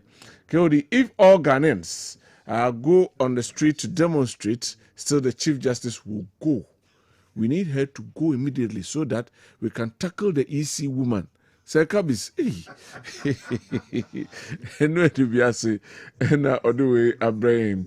We say, my name is Frank from Akim Kede. Please, I want to ask the NDC man to tell us what dubious ways they do to win powers, because he has said it that if political parties spend a lot of money, they will find all dubious ways to win elections to defray their debt. Please, let him tell us their ways. T. Frank, oh dear, no. We name no, Meba, no mama also. I say, I am Saidu from Bono East. In fact, President Mahama is performing, especially fuel prices are dropping and dollar is also going down, but we are expecting more from them. Okay, Saidu, a dear or dear brain name you no way. As the MPP man, say, please ask the MPP man that has Mahama breached the constitution. Ask the MPP man what legacy did Akufo-Addo leave behind. He should stop the ranting. I am Aze boy from Brekum. Okay, into your mampeni dada wenyashi unifi adebe kaino. Please say, we the newly recruited teachers are suffering and disturbed after the regional validation. We haven't heard from the Ghana Education Service, so we are calling on the Minister for Education and Director General of the Education to come out with a communique. This is from a concerned newly recruited teacher in Ghana. Anyway, now just say on also Edian. Frank, or Rebata, I'll give you enough even here. Just about 1 minute for Yanko a year, Attorney General, and school feeding for so. Just a minute. No, I want to be message or the buyer said, Memaka said, parties in the finding dubious means. That was not my statement. As my mechanic said, for instance, MPP, they see more position, you know. The monies they spent in campaigning, you know, how are they going to pay? And who even, you know, donated such funds? $41 million. Lawyer the other said there should be that constitutional amendment which will bring out that mechanism during campaign time, you know. The expenditure neither a form so the bear and kuntia or mine. That is what I said. That's it. That's it. Now we can. I'm saying constitution once now. You might all legal cycles in 1992 constitution, Federal Rollins constitution. The Federal Rollins constitution because we hear constitution and the architecture say you favor president because now who say ya nyene sa on payment to aba and I democracy. and a constitutional rule in 1992 nti head man ntino we man Rollins craba answer no otias no o ka say constitution ensesa no na the amana ko head so ne say president now ba hwa me asesa ade o ba na ade in favor You are enjoying. and how can you supervise ade ensesa na ade in favor so that makes it very difficult and another council of states no a kai bo omo hu nyina na ye ma omo bibia no omo wi ade only advise the president and nowhere in this one advice here by force or befa advice remains advice Me pa na mefa. ma tuufo ma kyerɛ ma dwe maka ke du na kan nyanyansa wo but memfa obede yate a kind of time do be court and say that say so a kai bo omo na they only advice and the advice is so there it still remains an advice. All right, thank you very much. Na yentoaso anazo obika no mo bia wan so mo se o mo se sandia so mo ti meja minerals commission CEO eja airport yeah nanka konfano chidie yen Ashanti region for no ye ni so na o se nkomu jan ho mai aso muguso said o moja minerals commission no muguso na o se oh na se o Ghana agrobe ohun ka ye be ye nka ho mpupu ye nka weti okay said o moja ja o mo no ka konfano chi so I was nkomu jan nti me say frɛ Asanteman ye ni a ye konfano chi esom ye ne de esremo a moma ye nyina mfia no ntum na saade no ko mbeje mama prof etima hwe konfano chi ade hi na ma ye na wi no se mu oh eniema timi sisa oh yo but that's it. Thank you very much. Na yentoaso e honum. Now you come in album within 5 minutes. Na mon hwema the posture of the Attorney General. Lawyer Mamesha Sefrefriho in presenting cases what the echo courts. On the style no he will continue to do that. Minimum remu edie. But I'm out for say it looks like or the nipa no be bonasonium or public friends and court of public opinion and sana or the nebekwa or the na akọ minimum die but osisana na style tie and you continue to do that. You hear the posture. Between the school feeding also ya saki within 5 minutes mami. AG Attorney General no it should hasten slowly. It should hasten slowly. That is all I can tell. Ontu mrikanga kakra. Okay. They can do the ontu but ontu kakra say na be ya because they will see kono. See I won't say A+ abeka can say me afa no ho. Also I redraw. Okay. Also I redraw. They dem say bibi cause one na retract. Also I redraw. But say eje to ya to a 21 to ya to unrija. Okay. Nipa no. The emphasis nipa no why bone. And na akoko investigation. Ghana Article 125 clause 3 say judicial power lies in only the judiciary. Nipa nemfa ne court M1 for then they come and crucify the person in the court of public opinion. Nipa na ma it is a threat so we no akọ esi Ghana says we akotu abaya bukwa na eja no. Why don't you take the person to court with all the documents you gather but you come out and tell them say we are esi nipa no kwanso kojan how the person clear the name. We all know how difficult it is to build reputation in this country. To get me build a reputation over years. Now the Nippon court say court ni jana. Are you now coming to hold the press conference again and tell the person say Adiam yes in Nippano court a giant? Why then damn court? So I just don't get it. I'm saying me who say AGB club or yen Juma say. Me who say AGB or send a style no. No, and it's you not, continue your to style, hold that your style is those press conferences to tell Ghanaians baby or what could do with a gathering of information, gathering of data about these people. To crucify people in the court of public opinion, then I think your style needs a second opinion. Seriously. Because Nipano killed the Jumana war, Kessben Hana war. Maybe I say, Skibia for investigation, I say, Skibia for killed in Sa. I say, I didn't a court or it don't could come, cross examination. Question be a person, be a busa, Coco Quarter, on our charge a number of hours, I'll be here, there was any questions. When you get in a bachelor. We are honest day one year, you see the Nippon or boxing him. Then another time come and continue. He was a question, no yano. Oh, Wampa, kill the first can name Mono or first cancel work away. I didn't call Koyano, and only a boy company. No, and so about him back with the Kamba on Timber can and a Nippana first can why saying I killed the Enco, well, good matter poto. Caught them was and quote Yambrogatin life. T. Obi Betty say, kid a first cow, but caught the auntie. Nipa so asem there we all know how bad news spreads. Nipa ne be you know na asem na kwakodu ba bia the reputation no ye ne hwe okoba bia na manfo oh we there ebim kura omuma kwa school na manfo ma de srom say papa kwa na why say papa I mean it doesn't help. adwuma no aba so ba be what I say you are appointed by the president so in difference you nyanyindum say this 4 years there on be age but the kind of man afa so year adwuma there seriously it leaves much to be desired on hwe no onye no mai because ye me hu say na mesin kakra yes Christo kra no tema mo che no omo dinasman no mo ko bona senuam o do dika boni pana senuam ansa na dinasman I mean who does that all right who does that me that say Mr. Ma Yes. You have the last one today Mr. Ma na yenhwe the posture of the attorney general aso sisi ya 5 minutes aso aso pa we just say me lawyer the issues about no issues the like this person be kan ho but a coin business no danka e be say bianca asem no yenni na ihu be bi si answer because judiciary no dey omu dey kura o man nyina bibia asem ye din say dey na how na dey ko last na me ka me case bia me say me dey company bi call court na we cross examination na lawyer no bi say am say na then na man report to my police na say na sa company kakra police obeso hene no akira na judge no grace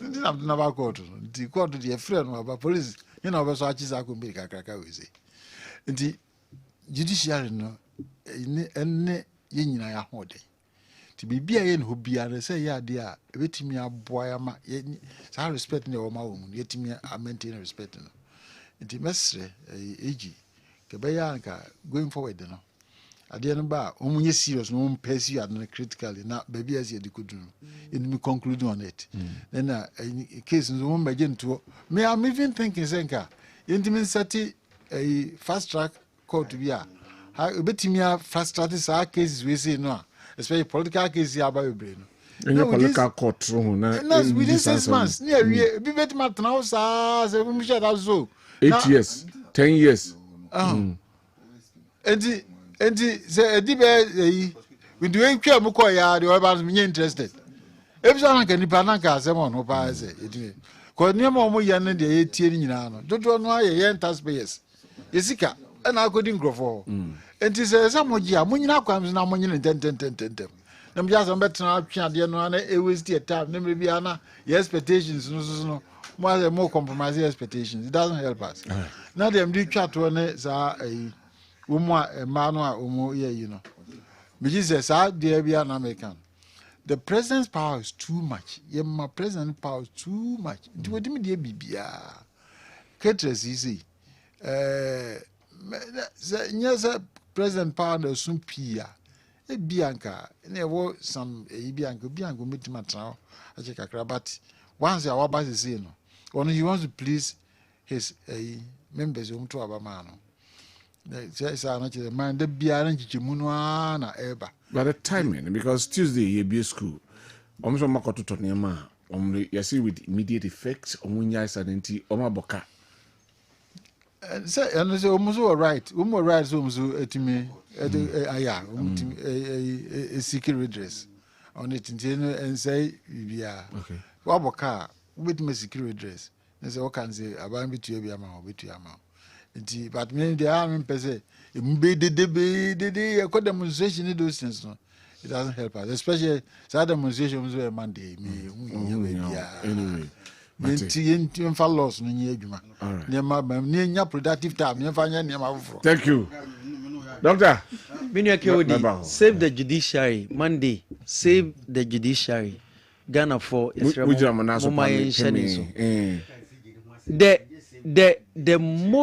the most within these 5 months and 4 months the most disappointing minister AG. Oh yes, are they the most disappointing? Why? Oh, so they need to talk at least politics there, but being an objective politician, what they need to talk Kesila to force him money and Kikahona. He's the most disappointing. But with him, omo ye sa your friend is saying, and not to one, ye can want some crowd. Wouldn't say no pa na the colleagues no appointment committee no more fair no. Or no part of one miss the question. It was so friendly. On now, Patrick Bama, oh, he's my senior, so senior. ne eja no no mu buno but obai ni nyoma bia wabeye bia is on the rivers. How? On the ba wabeja opuni ono and wabeje jai enkofo bebre a omugina trial or my any substantive reason no one say the lawyer must say no lip. So you're interested. The government is not interested in pursuing the case. So just say enti ne style no enye papa to you. Oh, too many she enna A+.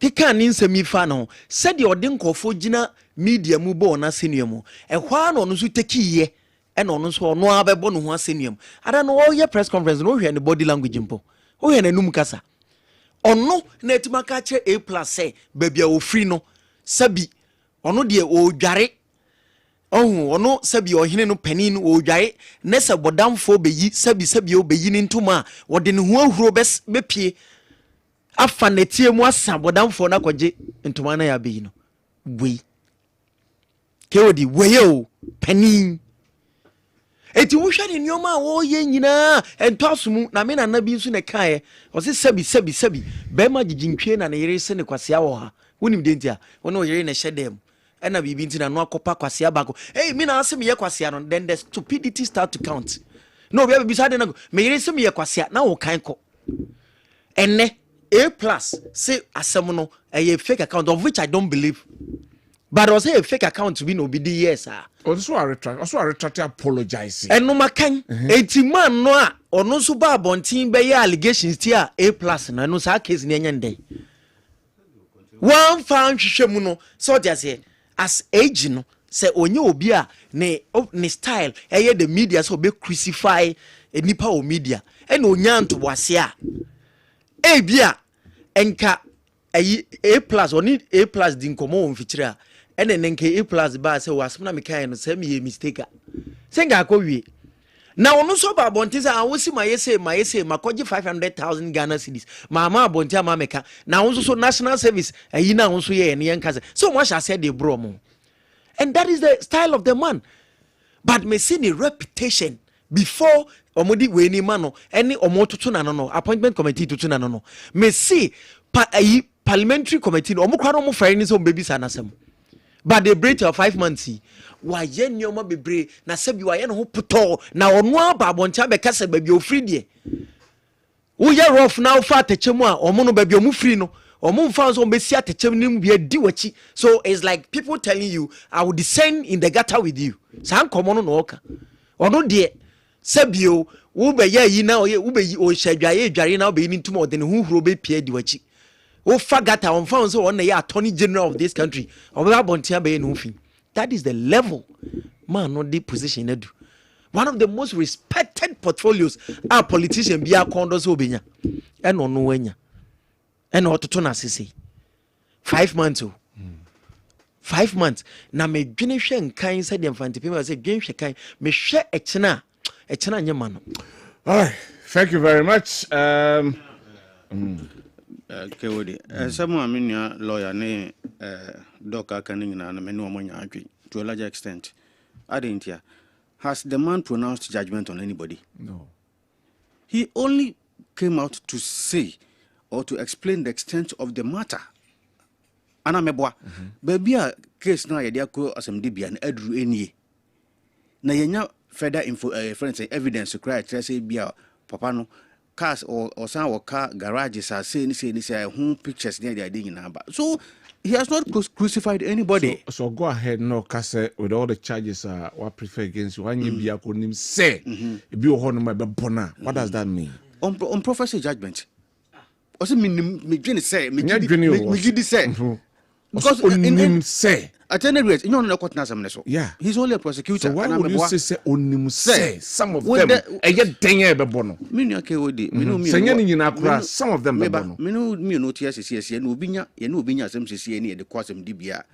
with the level of evidence I want to meet General Soka say, some of you could meet Medinkunim. I mean, and see that. Do I maybe a press conference? Where make example na me yes me no me no. You know for be credit go make say. I know madam for Nedin. That's it. Different. But where you Ghana now or you attorney general my money in lawyer. Ghana name no Ghana for say oh with the level of evidence and I say with amount of evidence am me me gidi say asem we dey baby e kon dey Medinkunim. Onya bone.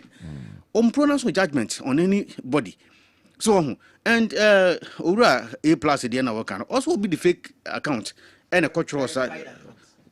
And I said, please address me. Your friend is saying X and I said Twitter honor. It come here, it may verified. Which be Jessica, I may verify. So I know the friends say news and I say strange. And you about one time a patch, sir, and no credit. Dear, no here, no been a ding, and then the picture I go yes, I know. Yajatum.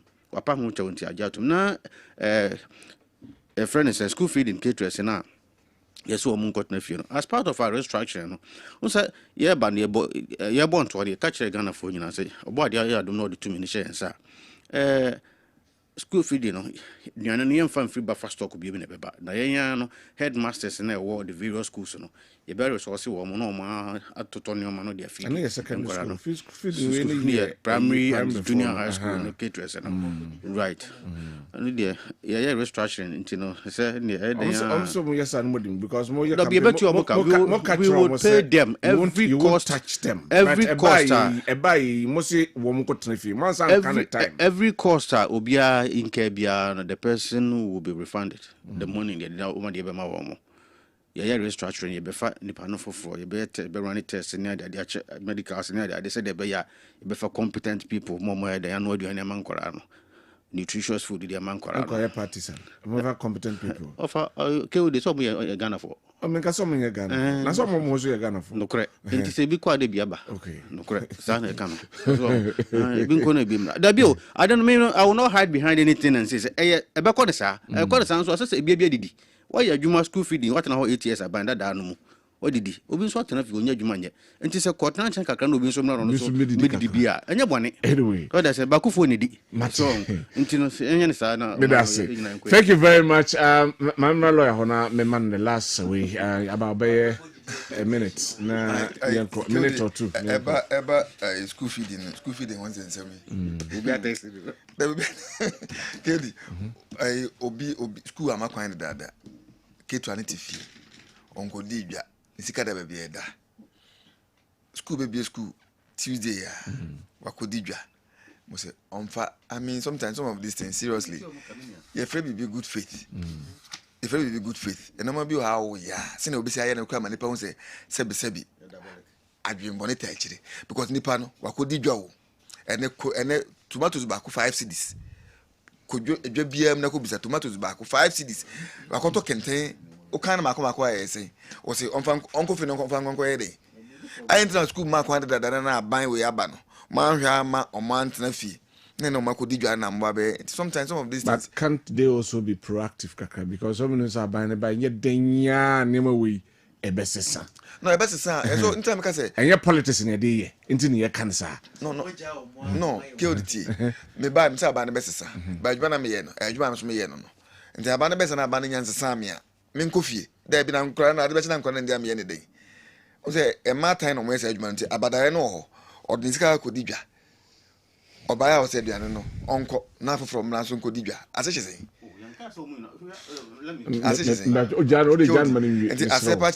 until now make us be a good faith. Or better because I did that in bad faith because of person part of Bonica and it's come where day. And this come and make a tomatoes boy. It's come where day, nothing Nipana could you like I say, uncle, I don't know, could you know, I'm I just don't get it. I don't get it. I don't get it. I don't get it. Let's kind of Nipananya, Jumana Nipananya, Utia or Canada, and I say, no, Utia, can you mind our Bonica? I didn't say Tuesday. I'm the school Tuesday, another the enemy. I don't go to the other way. I'm so some weekend the Enra and a buy into almost say Omedi Gano. Omonton Daku, and Omonton Daku, and Omonton Daku. Doctor. Lawyer, wait a moment. My young phobia bray, I caterers in me. You lose election.